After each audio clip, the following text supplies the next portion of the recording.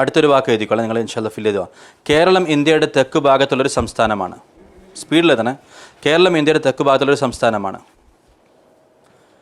ഇവിടെ കാലാവസ്ഥ വളരെ മനോഹരമാണ്. നിങ്ങൾക്ക് റിവേഴ്സ് ഡിക്ഷണറി ഉണ്ട്, അത് ഉപയോഗിക്കാം. വേണമെങ്കിൽ വേറെ ആപ്പുകളോ ഇൻ്റർനെറ്റ് ടൂൾസോ ഒക്കെ ഉപയോഗിക്കാം. ഇവിടെ കാലാവസ്ഥ വളരെ മനോഹരമാണ്. കാണാൻ സുന്ദരമാണ് കേരളം.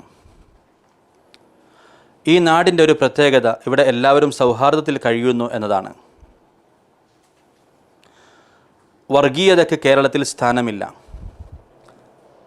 രാഷ്ട്രീയമായി ഇവിടെ വലത് ഇടതുപക്ഷ പാർട്ടികളുണ്ട്. വലതുപക്ഷം കോൺഗ്രസും ഇടതുപക്ഷം കമ്മ്യൂണിസ്റ്റ് പാർട്ടിയുമാകുന്നു. മുസ്ലിംകളുടെ ജനസംഖ്യ ഏകദേശം 25 മുതൽ 30% വരെ വരും. കേരളത്തിൽ മുസ്ലിമീങ്ങൾ സാമൂഹ്യപരമായും സാമ്പത്തികമായും രാഷ്ട്രീയമായും ഉയർന്ന നിലയിലാണ്.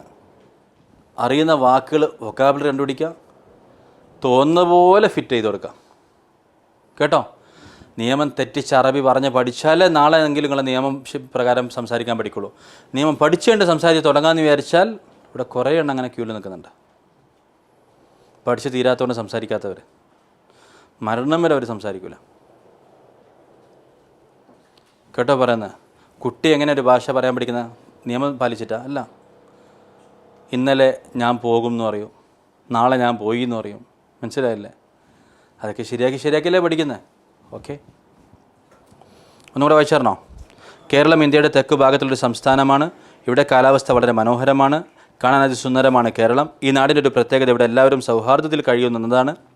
വർഗീയതയ്ക്ക് കേരളത്തിൽ സ്ഥാനമില്ല. രാഷ്ട്രീയപരമായി ഇവിടെ ഇടത് വലതുപക്ഷ പാർട്ടികളുണ്ട്. വലതുപക്ഷം കോൺഗ്രസും ഇടതുപക്ഷം കമ്മ്യൂണിസ്റ്റ് പാർട്ടിയുമാകുന്നു. മുസ്ലിംകളുടെ ജനസംഖ്യ ഏകദേശം 25 മുതൽ 30% വരെ വരും. കേരളത്തിൽ മുസ്ലിംകൾ സാമൂഹ്യപരമായും സാമ്പത്തികമായും രാഷ്ട്രീയപരമായും ഉയർന്ന നിലയിലാണ്.